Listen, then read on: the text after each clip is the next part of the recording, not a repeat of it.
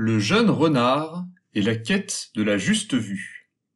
Il était une fois, bien avant l'apparition des hommes, au temps où les animaux étaient doués de parole, un jeune renard qui vivait près d'une jolie clairière dans une immense forêt. Tous les animaux qui habitaient dans les environs l'appelaient la clairière au tournesol, en raison des grands tournesols qui poussaient sur toute son étendue. C'était un endroit où il faisait bon vivre et où tous les animaux ou presque étaient en bonne santé. Lorsqu'ils sentaient la maladie arriver, ils allaient immédiatement consulter un guérisseur qui s'était installé juste à côté de la clairière il y a déjà bien longtemps. Un vieux hibou grand-duc, dont la sagesse et la connaissance étaient hautement respectées, non seulement en médecine, mais dans la plupart des domaines connus de la connaissance. À peine notre jeune renard avait-il été capable de parler que son mot préféré était devenu « pourquoi ?» et sa vie n'avait alors été qu'une longue suite de « pourquoi ?» ce qui avait rapidement épuisé ses parents, puis tous les habitants de la clairière et des alentours, qui se retrouvaient confrontés souvent en bien contre leur gré, à ces questionnements incessants. Le vieux hibou grand-duc était de loin l'être de ses environs doté de la plus grande patience à l'endroit de tous ces pourquoi, et le jeune renard lui vouait un respect et une admiration presque sans bornes, peut-être plus pour sa patience en réalité que pour sa sagesse. Mais pourtant, même le vieux hibou finissait par atteindre ses limites. Et notre histoire commence véritablement le jour où cette limite fut atteinte une fois de plus. « Pourquoi ?» demandait le jeune renard. « Pourquoi utilisez-vous, maître hibou, de l'extrait de racines de l'arbre à thé et des infusions d'eucalyptus pour faire baisser la fièvre du corbeau ?»« Ce n'est pas vraiment pour la fièvre. Sa gorge est infectée et présente des points blancs. Ce remède sert à l'apaiser et à soulager sa gorge. Il permet aussi de faire baisser la fièvre, mais ce n'est pas sa fonction principale. D'ailleurs, le remède complet est plus complexe que ça. Je vais aussi lui faire respirer des vapeurs de thym et d'écorce de bouleau. Mais comment est-ce que vous savez que c'est cela qu'il faut faire ? Parce que c'est ce qui m'a été transmis, et parce que ça fonctionne. Mais pourquoi est-ce que ça fonctionne ? Le hibou allait répondre à nouveau machinalement. Il commença à ouvrir le bec, mais s'interrompit soudain et arrêta même la préparation de son remède. Et il resta ainsi à réfléchir pendant plusieurs longues secondes. Le jeune renard, qui possédait tout de même quelques bonnes manières malgré son insistance, attendit patiemment que la réponse arrive. Et il ne fut pas déçu. La plus grande part de mes connaissances médicinales m'ont été transmises par un cerf borgne avec de grands bois, qui a rejoint les esprits il y a déjà de nombreux printemps. Ce cerf me parlait souvent d'un guérisseur mythique, un campagnol que la plupart des guérisseurs nomment simplement le clairvoyant. Son histoire est d'autant plus mystérieuse que les campagnols ne vivent pas très longtemps, et pourtant son savoir médicinal était si avancé qu'il inspire encore aujourd'hui des générations entières de guérisseurs, alors même qu'il est dit que la plupart de ces remèdes ont été oubliés avec le temps. Le remède que je suis en train de préparer me vient de ce cerf, qui disait de le tenir en ligne droite du clairvoyant. On raconte que les remèdes du clairvoyant lui-même étaient si puissants qu'il pouvait faire des choses extraordinaires et même faire repousser des pattes coupées. Mon remède soigne le mal de gorge, généralement en une seule bonne nuit de sommeil, et c'est déjà beaucoup. Il pouvait vraiment faire repousser les pattes coupées, s'exclama le jeune renard. Je ne pense pas. Il est même possible que le clairvoyant n'ait jamais existé. Tout le monde aime les histoires et chaque génération ajoute un nouvel élément extraordinaire aux mythes, pour les rendre encore plus incroyables, ce qui donne encore plus envie d'y croire. Mais alors, pourquoi me raconter tout ça si ce n'est pas vrai ? Je n'ai pas dit que ce n'était pas vrai. J'ai dit que je ne pensais pas que ce soit vrai. Mais la vérité vraie se moque bien de ce que je pense, donc ça pourrait bien être vrai. Et toi ? Qu'est-ce que tu en penses ? Le jeune renard était confus. Au fond, il ne savait pas ce qu'il devait croire ou ne pas croire si quelqu'un de sage ne lui disait pas. Il lui semblait vaguement que certaines choses étaient plus dignes d'être crues que d'autres, mais il ne savait pas vraiment comment faire la différence. « Maître Hibou, toute cette histoire est intéressante, mais vous n'avez toujours pas répondu à ma question. Pourquoi votre remède fonctionne ? Un guérisseur, il y a longtemps, a sans doute testé de nombreuses plantes au hasard, jusqu'à trouver la bonne combinaison. Peut-être que c'était le clairvoyant. Ah bon, c'est vraiment ça Ou alors, un guérisseur avait compris les propriétés plus fondamentales des plantes, et avait su en décrire les lois générales, ce qui l'aurait rendu capable de trouver directement les bonnes plantes à utiliser face à toutes sortes de maladies. Et c'est de là que serait venue sa clairvoyance. Ou bien, certains prétendent que les remèdes les plus puissants seraient transmis aux guérisseurs les plus réceptifs par les esprits de la nature eux-mêmes, lors de certaines cérémonies. Mais lequel de ces récits est le vrai ? Personne à ma connaissance ne le sait. En tout cas, moi, je ne le sais pas. Chacune de ces possibilités et bien d'autres me conviennent. Et lorsqu'il m'arrive de ne pas savoir quel remède utiliser, je me rappelle de tous ces récits. Je puise dans ma propre expérience et j'improvise. Je ne suis même pas sûr que le remède que je prépare suffise à soigner le corbeau. Certains de ses symptômes ne sont pas habituels. Sa maladie pourrait être plus complexe. Mais je ne pourrais le savoir qu'après un premier essai. La confusion du jeune renard se muait maintenant en angoisse et en désillusion. Le vieux hibou qui l'admirait et qui semblait presque tout connaître lui révélait qu'au fond, il ne savait pas grand-chose. Peut-être avait-il eu tort de le tenir en si haute estime. Mais il doit bien exister un bon moyen de savoir ce qui est vrai ou pas, une juste façon de regarder le monde et les choses. Et si vous ne l'avez pas trouvé, peut-être que quelqu'un d'autre la détient. Tu veux donc chercher la juste vue, jeune renard? C'est une quête à laquelle se livrent à un moment de leur vie tous les êtres qui recherchent la sagesse, et tu sembles avoir atteint l'âge pour entamer cette quête. Nombreux sont ceux qui prétendent avoir trouvé la juste vue. Mais si tu espères la trouver toi aussi, tu vas devoir quitter la clairière des coquelicots, parcourir les grandes étendues boisées et apprendre auprès de tous ceux qui voudront bien te transmettre quelque chose. Car la juste vue n'est pas quelque chose qui peut simplement se donner, c'est quelque chose qui doit se conquérir. T'en sens-tu capable? Bien sûr! S'exclama sans hésiter le jeune curieux. Très bien. Alors je te souhaite bonne chance. Avant de partir, prends cette besace avec toi. Elle te permettra de recueillir et de conserver les substrats de sagesse que tu vas découvrir. Et si jamais, sur ton voyage, tu croises une très vieille tortue géante qui vit dans un marécage, ne prends pas ses paroles trop au sérieux. C'est un être sage, mais qui s'est égaré dans sa propre quête. De ces paroles, tu ne tireras pas grand-chose de bon. Ce sera ma seule mise en garde. Alors, le jeune renard prit la besace, annonça son départ à sa famille et aux animaux du voisinage, emporta quelques provisions avec lui, et partit sans se retourner. C'était la première fois qu'il s'éloignait de son lieu de naissance, mais il avait appris à chasser, à se diriger grâce à la position du soleil et des étoiles, à reconnaître les baies et autres plantes comestibles, et à creuser des terriers pour s'abriter. Il n'eut donc pas de mal à se débrouiller seul, du moins durant les premiers jours, car à mesure qu'il s'éloignait de plus en plus, il rencontrait de nouveaux animaux qu'il ne connaissait pas, de nouvelles plantes, et la terre elle-même ne se comportait plus toujours comme il en avait l'habitude.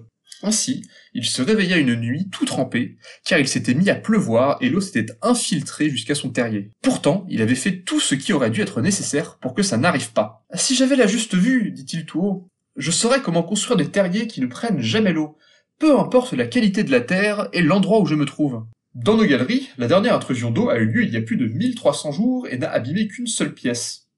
C'était une journée particulièrement pluvieuse et les systèmes d'évacuation de secours ont fait leur travail. Surpris, le jeune renard se retourna. C'était une taupe, encore à moitié enfouie dans le sol, qui venait de lui parler. « Excusez-moi, monsieur renard, je ne me suis pas annoncé. Je fais partie du peuple des taupes et nous avons creusé un immense réseau de galeries un peu partout, juste sous vos pieds. Et nous n'en sommes pas peu fiers. Nous serions ravis de vous offrir l'hospitalité, pour la nuit, si vous n'y voyez pas de contre-indication. » Notre héros était frissonnant, et si en temps normal de nombreuses questions lui seraient venues, il n'avait pour l'heure que deux désirs, échapper à la pluie et se réchauffer. Alors il demanda simplement « Ce serait très aimable, où dois-je aller ?»« Suivez-moi. » Et c'est ainsi que le jeune renard se retrouva à suivre la taupe dans un labyrinthe de galeries. Très rapidement, il oublia l'ordre et perdit le compte de toutes les fois où ils avaient tourné à gauche et à droite, et sans la taupe pour lui indiquer le chemin, il se dit avec angoisse qu'il aurait sans doute fini complètement perdu. Comment est-ce que vous arrivez à retrouver votre chemin, vous les taupes, dans toutes ces intersections? Oh, ce n'est pas très compliqué. Nous avons créé une grande histoire.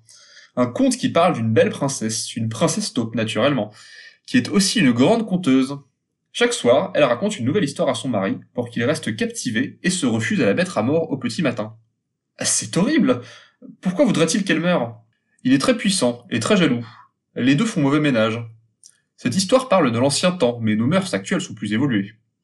Enfin bref, chaque soir décrit en réalité une partie précise de nos galeries, via un système de code relié aux éléments de l'intrigue.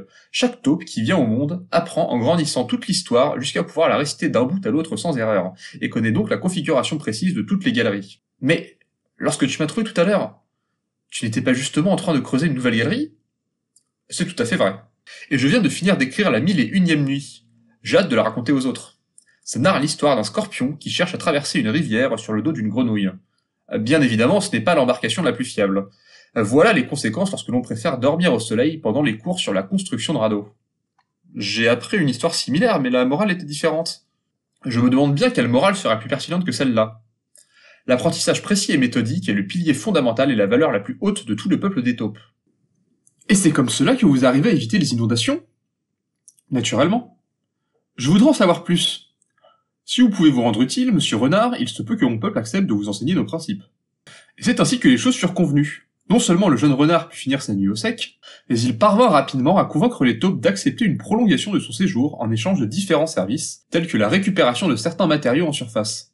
Dans la vie des taupes et dans leur organisation, rien n'était laissé au hasard. Les activités pour l'année entière étaient déjà prévues selon les résultats des années précédentes, et une très grande panoplie de scénarios avait déjà été envisagée en fonction des situations et sur la base des apprentissages issus des événements passés. C'est ainsi, par exemple, qu'elles avaient pu tester des centaines de mélanges d'argile hydrophobe et de systèmes d'évacuation de l'eau dans toutes sortes de situations et à toutes les périodes de l'année, jusqu'à identifier les plus appropriés et leurs méthodes de conception. Les taupes avaient aussi inventé tout un système de code et d'instructions, et possédaient des salles entières qui n'avaient pour seule fonction que de conserver leur mémoire. Pour gagner de la place, certaines de leurs instructions étaient gravées en caractères minuscules et très serrés, grâce à des épines de ronces. Le jeune renard avait tout d'abord été interloqué. Tout cela lui paraissait parfaitement indéchiffrable. Il pensait pourtant avoir de meilleurs yeux que les taupes qui, contrairement à ce que certains racontaient, n'étaient pas aveugles, et n'avaient pas une très bonne vue non plus. Mais on lui présenta alors un étrange instrument qu'il n'avait jamais vu auparavant, et qui permettait de voir toutes les petites choses dans leurs moindres détails. « Qu'est-ce que c'est » demanda le jeune renard. « C'est une loupe magique » lui répondit la taupe qui l'accompagnait. « C'est le trésor de notre peuple, et la manifestation de toute notre philosophie, qui n'est à n'en point douter la meilleure et la plus sage que le monde animal ait portée jusqu'ici. » La taupe invita le jeune renard à regarder à travers la loupe, juste au-dessus des symboles minuscules. Et, à sa grande surprise, ils lui apparurent soudain bien plus gros et parfaitement lisibles. « C'est incroyable! Je n'avais jamais vu quelque chose comme ça! N'est-ce pas? Et ce n'est pas tout, regardez. » La taupe approcha son museau de la loupe et murmura. « Montre-moi les détails encore invisibles. » Ce que le renard voyait à travers la loupe s'agrandit encore. Il pouvait maintenant distinguer tous les détails du sillon laissé par la pointe de l'épine qui avait servi à graver les inscriptions, dans l'argile, jusqu'aux moindres petites craquelures. Il vit même ce qui semblait être des créatures absolument minuscules, qui ressemblaient vaguement à des insectes, mais dont il n'avait jamais entendu parler avant. Jeune renard, en voyant cela, sentit ses yeux s'humidifier sous l'émotion. Est-ce que c'est cela, là? La juste vue? Alors, c'est bien ce que vous étiez venu chercher ici, monsieur renard. Non, ce n'est qu'un instrument. Toutes les jeunes taupes qui parviennent à apprendre notre grand conte dans les moindres détails et à retrouver leur chemin dans les galeries reçoivent leur propre loupe magique. Si vous continuez à apprendre et à maîtriser nos principes, peut-être que vous pourrez recevoir la vôtre. Et la juste vue, ce n'est pas la loupe qui la donne. La loupe ne fait qu'aider à la développer, à la rendre plus précise.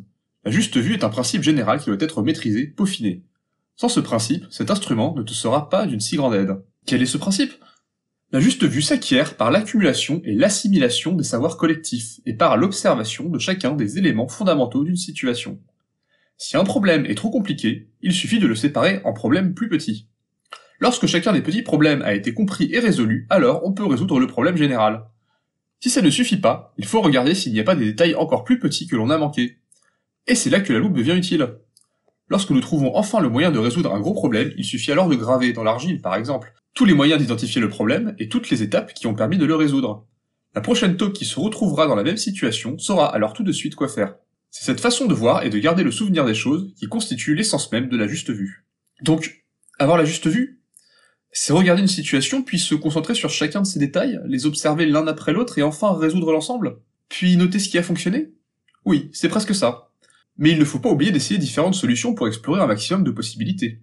Cela demande de la rigueur et de la méthode, mais avec de la persévérance, ce type de regard finit par devenir une habitude. Le jeune renard était conquis. Il était maintenant capable de comprendre les choses et de distinguer le vrai du faux, sans avoir besoin de faire confiance à un prétendu sage qui se révélait au final en savoir beaucoup moins que l'image qu'il renvoyait. La méthode des taupes était exigeante, mais se révélait d'une efficacité imparable. C'était simple, il semblait n'y avoir presque jamais de surprise. Tout avait déjà été prévu, tout avait déjà une réponse adaptée. Le jeune renard se donna pour mission d'apprendre tout ce qu'il y avait à apprendre pour maîtriser la juste vue, à devenir même plus taupe que la plus taupe des taupes. Il avait souvent le museau plein de terre à force de fouiner, de creuser et d'entretenir des galeries, mais bientôt il ne s'en souciait plus. À force de regarder tout le temps les choses de près, il devenait moins capable de distinguer les objets éloignés, mais il y trouvait une certaine fierté, son début de myopie lui faisant se sentir encore plus taupe. Son peuple d'adoption, impressionné par sa motivation et ses progrès rapides, finit par lui offrir sa loupe magique, rien qu'à lui. C'est alors que l'eau commença à ne plus s'écouler chez les taupes. En effet, le réseau de galeries des taupes était constamment alimenté par des arrivées d'eau courante provenant de la surface ou captées via des ruisseaux souterrains. Si les inondations étaient un problème, le manque d'eau en était un tout autant. Bien évidemment, une situation de ce genre s'était déjà produite plusieurs fois par le passé, et les taupes mirent en place les procédures usuelles. D'abord, puiser dans les réserves d'eau accumulées, et il y avait de quoi tenir une bonne vingtaine de jours, voire 30 en rationnant. Vérifier si les voies d'acheminement n'étaient pas bouchées ou ne s'étaient pas effondrées. Creuser de nouvelles voies afin de capter de l'eau ailleurs. En désespoir de cause, acheminer de l'eau manuellement dans des seaux en faisant la chaîne sur toute la longueur des galeries pour acheminer l'eau plus vite. Cela pouvait toujours permettre de gagner du temps en attendant des jours meilleurs. Les taupes épuisèrent toutes les solutions jusqu'à la dernière. Elles scrutèrent les plus infimes détails de l'entièreté du réseau de galeries à la recherche de la moindre explication sur ce qui était en train de se produire, mais rien n'y fit. Le jeune renard, bien évidemment, participa de tout son cœur à l'effort collectif, mais il n'eut pas beaucoup plus de succès. La situation était proprement incompréhensible, de mémoire de taupe, rien de tel ne s'était jamais produit. Alors, une grande peur collective s'empara des taupes. La plupart voulaient continuer d'essayer de trouver une solution aussi longtemps que nécessaire, en utilisant les méthodes habituelles, car il n'y avait de toute façon rien de mieux à faire. Certaines d'entre elles, de plus en plus nombreuses, se mirent à proposer de reconstruire un tout nouveau réseau de galeries ailleurs, dans un endroit où il y aurait plus d'eau. Mais c'était un chantier gigantesque et risqué. Reconstruire autant de galeries en aussi peu de temps représentait un véritable défi, tant physique que logistique, et surtout, rien de tel n'avait jamais été tenté avant. Les taupes débattaient, commençaient même à se chamailler de plus en plus fort, et plus elles se chamaillaient, moins elles avaient de temps et d'énergie pour examiner la situation, et des fissures commençaient à apparaître un peu partout dans les galeries à cause de la sécheresse. À ce rythme, toute la structure était en train de se fragiliser. Si rien ne s'arrangeait, certaines parties risquaient même de s'effondrer. N'en pouvant plus d'entendre les taupes se disputer, le jeune renard décida alors de s'éclipser discrètement, et d'aller se balader un peu à la surface pour se détendre et voir si une inspiration miraculeuse allait lui venir. Sans se l'avouer encore complètement, il commençait à se demander si le pouvoir de la loupe était si grand, et si la juste vue des taupes était si juste au final, puisqu'elle ne permettait pas de ramener l'eau dans les galeries. Après s'être baladé un moment sans qu'aucune idée ou début d'explication ne lui soit venue, il commença à avoir soif, et chercha une rivière ou un ruisseau quelconque pour se désaltérer. Il se rendit compte alors que toute la partie de la forêt proche des galeries semblait s'être entièrement asséchée. Il était vrai que même acheminer de l'eau de l'extérieur était une solution qui avait progressivement été abandonnée, car les sources proches s'étaient progressivement taries elles aussi. C'était comme si un phénomène général asséchait cet endroit dans son ensemble. Le jeune renard leva la tête vers le ciel en soupirant. Si seulement des nuages pouvaient se former, et la pluie tomber, comme le jour où il avait rencontré une taupe pour la première fois. Voilà ce qui pourrait régler le problème. Il vit alors un grand aigle descendre du ciel et venir se poser sur un arbre à quelques pas de lui, sans lui prêter attention. L'aigle semblait observer la zone comme s'il était à la recherche de quelque chose. Le jeune renard n'avait pas eu d'autre compagnie que les taupes depuis déjà longtemps, alors il s'adressa à lui. « Salutations, grand aigle. Que venez-vous faire par ici ?»« J'observe l'état de toute cette partie de la forêt. D'autres aigles m'ont signalé qu'ils avaient repéré des signes de sécheresse préoccupants. De plus en plus d'indices indiquent que l'été risque d'être chaud. Je vérifie qu'il n'y a pas de risque de départ d'incendie ici. Oh, justement, une colonie de taupes vit ici, et cela fait de nombreux jours que l'eau n'arrive plus dans leur galerie.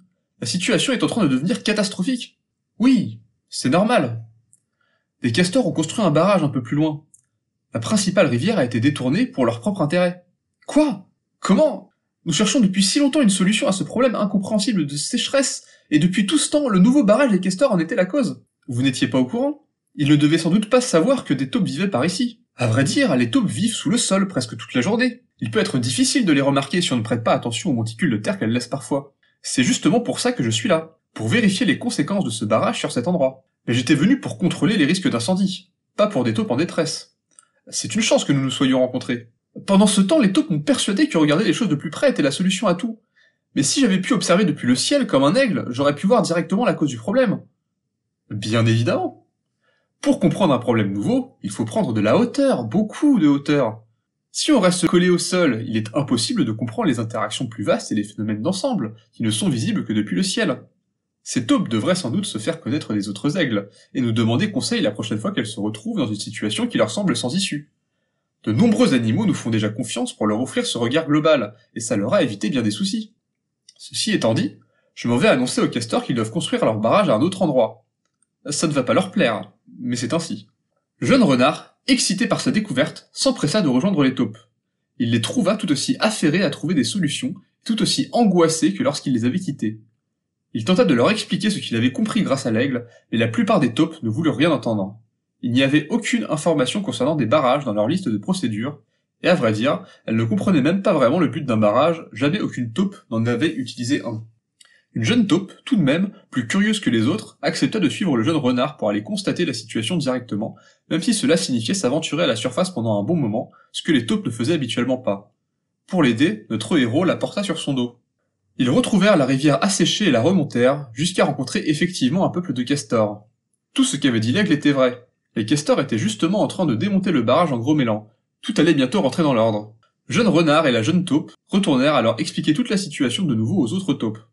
Certaines se montrèrent un peu plus curieuses, puisque l'une des leurs semblait maintenant convaincue. Il fut suggéré de rajouter comme procédure pour les prochaines sécheresses sortir des galeries et chercher si des castors n'ont pas construit un barrage quelque part, plus loin. Cette solution sembla bien trop spécifique au jeune renard, mais alors qu'il souhaitait partager d'autres suggestions, l'eau revint soudain. Les taupes exultèrent de joie, puis, disciplinées comme elles l'étaient, elles se mirent rapidement à créer de l'enduit grâce à l'eau, une quantité gigantesque d'enduit. Alors, elles rebouchèrent méthodiquement toutes les fissures qui étaient apparues sur toute l'étendue des galeries. Une d'entre elles, tout de même, fut missionnée pour inscrire cette histoire de barrage quelque part, et l'aventure s'acheva ainsi. Le lendemain, jeune renard quittait les taupes, en les remerciant de leur hospitalité et de leur enseignement et sans faire plus de commentaires. Il emporta la loupe magique dans sa besace, plus comme un souvenir que pour s'en servir de nouveau. Il s'était trompé. Il n'avait pas trouvé la juste vue. Mais peut-être que les aigles, eux, qui voyaient les choses de si haut, en avaient percé le secret.